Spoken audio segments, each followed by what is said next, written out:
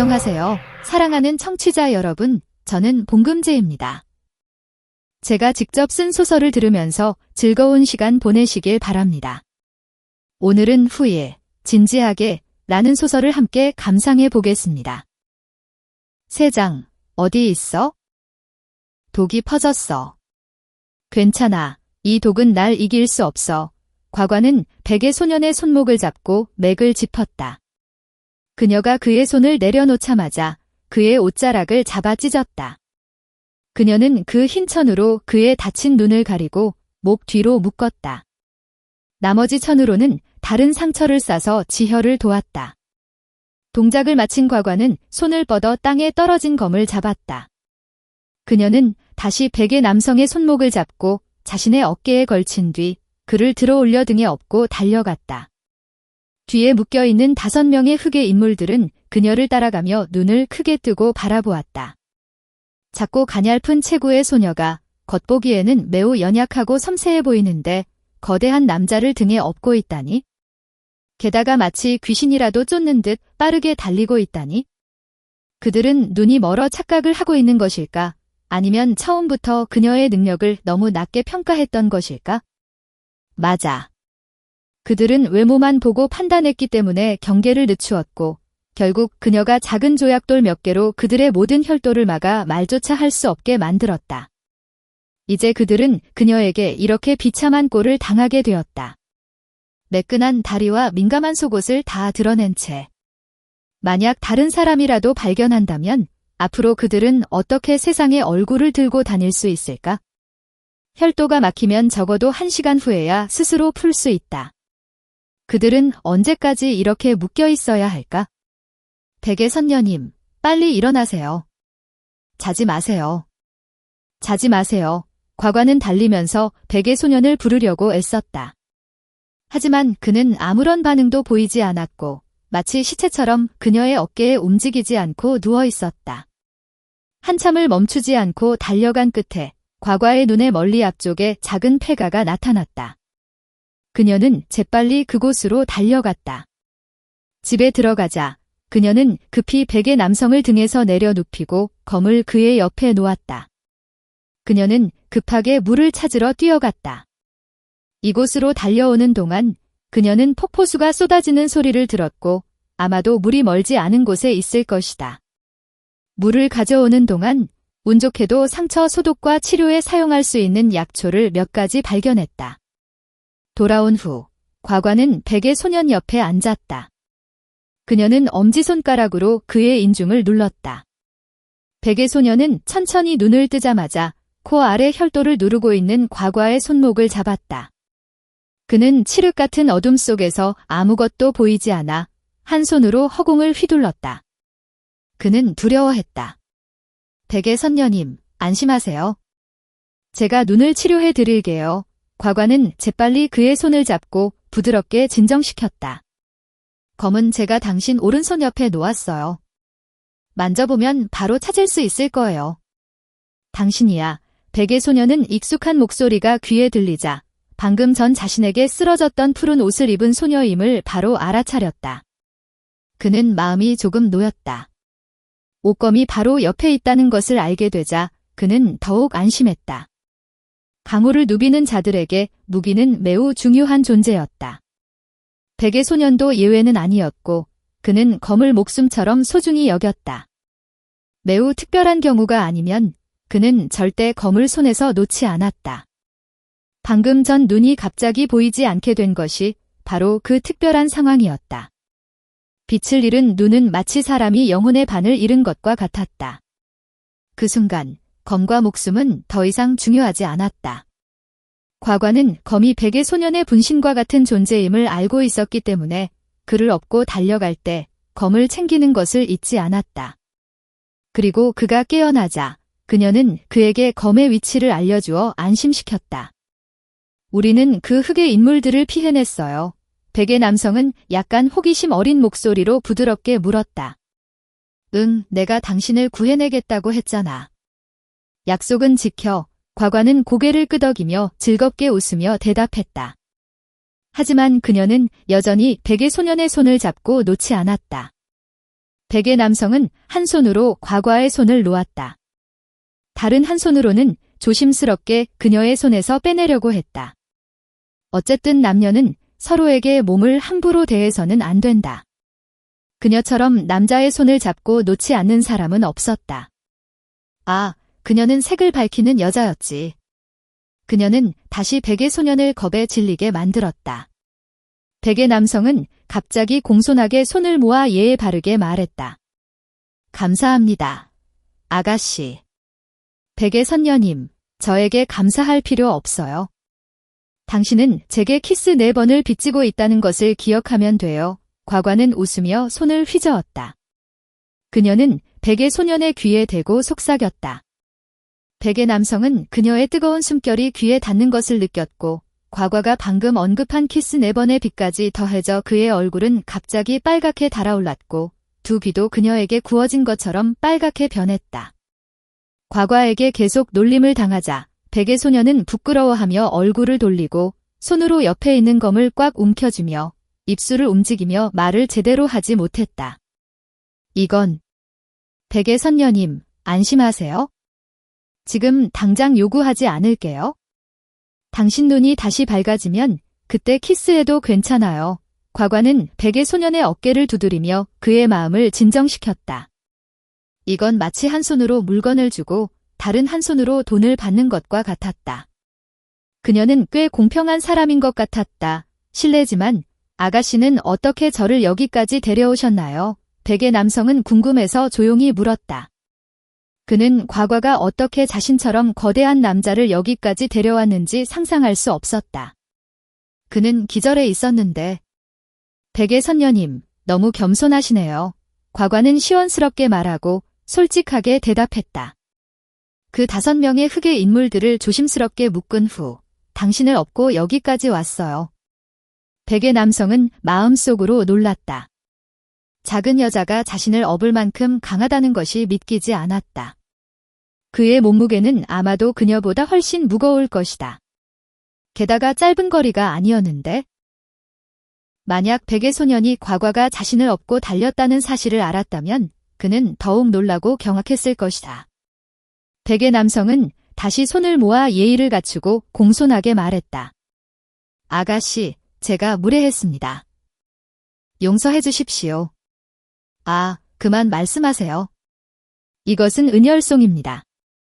저는 송백자 나무에서 얻었어요. 백의 선녀님, 빨리 드세요. 이것은 당신의 밀려산 독성을 해독하는 데 도움이 될 거예요. 과과는 즉시 은색을 띠고 붉은색 무늬가 둘러싸인 지휘류 조각을 꺼냈다. 그녀는 백의 남성의 입에 넣어주며 재빨리 말했다. 밀려산이라는 독은 제가 처음 들어보는 독입니다. 특별한 점이 있나요? 아가씨께서 가르쳐 주시면 감사하겠습니다.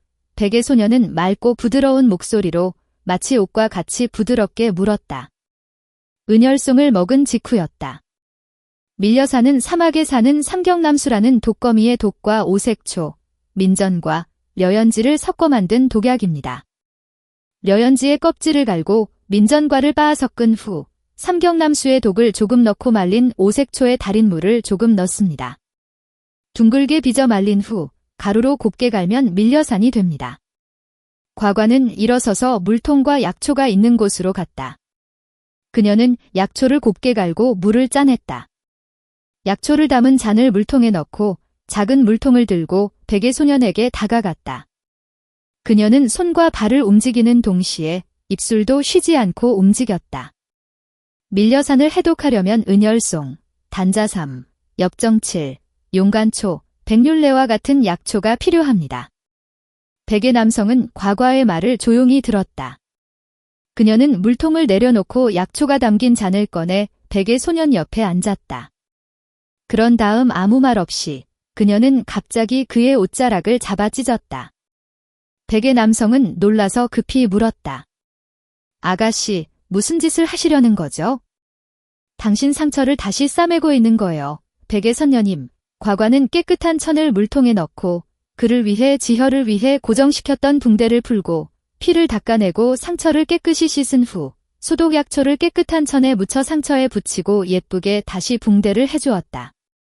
아가씨의 의술이 뛰어나군요. 아가씨의 이름과 출신은 무엇인지 여쭙겠습니다. 아가씨의 스승은 어떤 고인물이신가요? 백의 선녀는 천천히 예에 바르게 물었다. 제 스승은 바로 제 부모님이세요. 저는 백과라고 합니다. 과과라고 불러주세요. 과과는 웃었다. 그녀의 미소는 마치 천하를 뒤흔드는 듯했지만 백의 남성은 그 미소를 볼 수 없었다. 그녀는 대답을 마치자마자 백의 소년에게 다시 물었다. 당신은요? 백아가씨, 저를 아숭이라고 불러주시면 됩니다. 백의 선녀라고 부르지 마세요. 저는 선녀라는 두 글자를 감당할 수 없어요. 백의 남성은 온화하고 겸손하게 고개를 저으며 말했다. 아숭이라고 부르라고 해도 괜찮아요. 하지만 당신은 저를 과과라고 불러야 하고 저에게 예의를 차리지 않아도 돼요. 과과의 목소리는 매우 시원하고 당당하게 들렸지만 행동은 완전히 반대였다. 백의 소녀는 눈을 가리고 있는 흰 천 때문에 칠흑 같은 어둠만 볼 수 있었기 때문에 과과는 그의 앞에서 마음껏 장난을 쳤다. 그는 그녀의 행동을 눈치채지 못할 것이라고 생각했다. 그녀의 손은 백의 소년의 그림처럼 아름다운 얼굴의 오관을 부드럽게 스쳤지만 만지지는 않았다. 그녀는 백의 선녀가 도망가는 것을 두려워해서 참아야 했다. 어차피 그녀는 이 미남에게 키스를 받을 것이다. 그러니 걱정할 필요가 없었다. 백의 남성은 고개를 살짝 끄덕였지만 습관적으로 아가씨라고 부르려고 했다. 그는 급히 손으로 입을 막아 마지막 한 글자가 나오는 것을 막았다. 과과는 그의 귀여운 행동을 보고 웃음을 터뜨렸다. 백의 소녀는 그녀에게 놀림을 당해 얼굴이 빨개졌고 급히 손을 거두었다. 그의 모든 행동은 급했지만 특별한 우아함이 넘쳤다. 아숭. 그럼 당신 성이 뭔지 알겠네. 과과는 장난스럽게 말했다. 백의 소녀는 그 말을 듣고 마음속으로 약간 조심스럽고 걱정되었다. 그는 살짝 고개를 기울이고 눈썹을 찌푸렸다.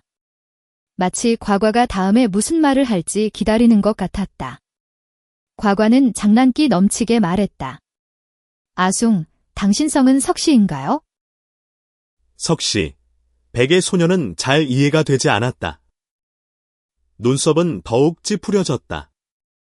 그 순간 그는 과과의 의도를 깨달았다. 그녀가 그렇게 말한 것은 그를 놀리기 위해서였다. 과과가 막 추측한 성과 백의 소년의 이름을 합치면 석숭이 된다. 도마뱀, 석숭, 과 발음이 같았다. 하! 장난이야. 과과는 승리에 취해 웃음을 터뜨렸다. 백의 소년의 얼굴에서는 과과에게 놀림을 당한 것에 대한 화가 전혀 보이지 않았다. 그는 처음부터 끝까지 마치 옥처럼 온화했다. 심지어 입꼬리를 살짝 올려 그녀와 함께 웃으며 그녀의 장난에 맞장구를 쳤다. 아숭, 왜 그 사람들에게 쫓기고 있었어요? 돈을 빼앗으려고 한 거예요. 과과는 얼굴을 돌려 호기심 어린 눈으로 물었다. 백의 남성은 한참 동안 아무 말도 하지 않았다. 그는 다시 떠올리고 싶지 않은 기억을 떠올리며 생각에 잠겨 있었다. 만약 불편하다면 말하지 않아도 돼요. 제가 너무 끼어들었네요. 과과는 즐거운 목소리를 내려고 노력했지만 어색함과 함께 약간의 짜증이 섞여 있었다. 백의 소녀는 고개를 살짝 저었다. 제가 그들의 나쁜 짓을 발견하고 막았기 때문입니다. 사람들로 북적이는 도시에서 백의 소녀는 옷검을 손에 들고 가볍게 발걸음을 옮기며 거리를 거닐었다. 그는 좁은 골목길 앞에서 발걸음을 멈추고 뒤돌아보았다. 그때 얼굴을 가린 흑의 인물이 대낮에 당당하게 어린아이를 납치하려는 것을 목격했다. 심지어 아이의 어머니를 넘어뜨리고 그녀가 아이를 지키려고 필사적으로 붙잡으려 하자 그 흑의 인물은 곧바로 도망쳤다. 백의 소녀는 부류를 보자 의로운 마음으로 도움을 주기로 했다.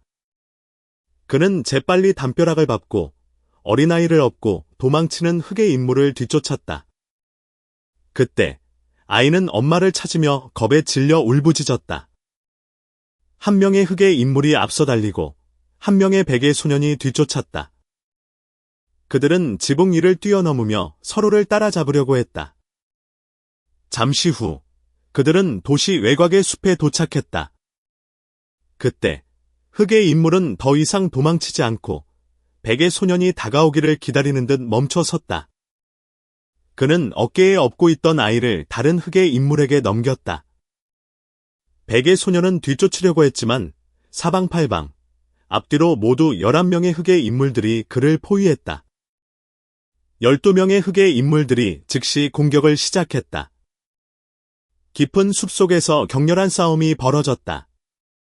백의 남성은 혼자서 12명과 맞서 싸우다가 온몸에 상처를 입고 피를 흘리며 도망쳤다. 뒤에서는 흑의 인물들이 끈질기게 추격했다. 너무나 못된 놈들이야. 감히 대낮에 어린아이를 납치하다니. 선량한 사람을 해치다니. 정말 악당들이야. 과관은 이야기를 듣고 화가 나서 벌떡 일어서서 발을 구르며 욕설을 퍼부었다. 만약 미리 알았더라면 방금 전에 그들을 더 혼내줘서 반쯤 죽게 만들어 앞으로 나쁜 짓을 못하게 했을 거야. 괜찮아. 나는 괜찮아. 화내지 마. 백의 소년은 부드럽고 온순하게 조용히 달래었다. 과거의 마음을 진정시키려는 듯했다. 지금 상황은 다소 이상했다. 피해자를 대신해 화를 내는 것은 외부인이었고 반대로 피해자는 외부인의 마음을 진정시키고 있었다. 이건 너무나 이상하고 웃긴 일이 아니었을까? 그들이 당신을 온몸에 상처를 입히고 눈에 독이 들어 제대로 보이지 않게 만들었는데 아직도 괜찮다고 말하는 거야. 과관은 화가 가라앉지 않았고 오히려 더욱 분노했다. 백의 소년은 어떻게 해야 할지 몰랐다. 그는 이때 입꼬리를 살짝 올려 웃었지만 그 미소는 너무나 아름다웠다. 다른 사람이 보면 마음이 무장해제되어 화를 낼 수 없을 정도였다. 됐어. 그건 잊어버려. 이제 아숭은 여기서 쉬어. 내가 밖에 나가서 독을 해독할 약초를 구해올게. 과관은 손을 휘저으며 돌아서서 백의 남성의 팔을 가볍게 두드리며 말했다. 그런 다음 곧바로 문 밖으로 뛰어나갔다. 그래. 과과, 신세를 지게 되었네. 백의 소년은 고개를 살짝 끄덕이며 동의하며 부드럽고 자연스럽게 말했다. 아숭은 또 나에게 예의를 차리네. 만약 내가 힘든 일을 한다면 아숭은 그냥 나에게 키스를 몇 번 더 해주면 돼. 과관은 발걸음을 멈추고 뒤돌아서서 매혹적인 미소를 지으며 장난스럽게 백의 소년을 다시 놀렸다. 백의 남성은 과거의 놀림에 당황하여 손을 쓸 겨를도 없이 소리를 질렀다. 그는 얼굴이 빨개져 부끄러워하며 급히 얼굴을 돌렸다. 과관은 승리에 취해 웃었다. 마치 희미한 구름이 달을 가린 듯 청초하고 아름다운 미소였다. 백의 소년처럼 쉽게 부끄러워하는 사람을 놀리는 것은 그녀에게 큰 즐거움을 주었다. 그녀는 그를 계속 놀리고 싶었다. 이번에 그녀는 우연히 쉽게 얼굴이 빨개지는 작은 백토끼를 찾은 것 같았다. 과관은 문을 닫고 기쁜 마음으로 돌아서서 달려갔다. 그녀는 자신이 잠시 자리를 비운 사이에 검은 옷을 입고 넓은 챙이 달린 삿갓을 쓰고 얼굴을 가린 신비로운 남자가 그 폐가로 향해 빠르게 걸어오고 있다는 것을 알지 못했다. 그의 등에는 마치 큰 칼과 같은 거대한 검이 걸려 있었다. 과관은 약초를 찾은 후 처음 그 폐가로 돌아와 문을 열자 깜짝 놀랐다. 어디 있어?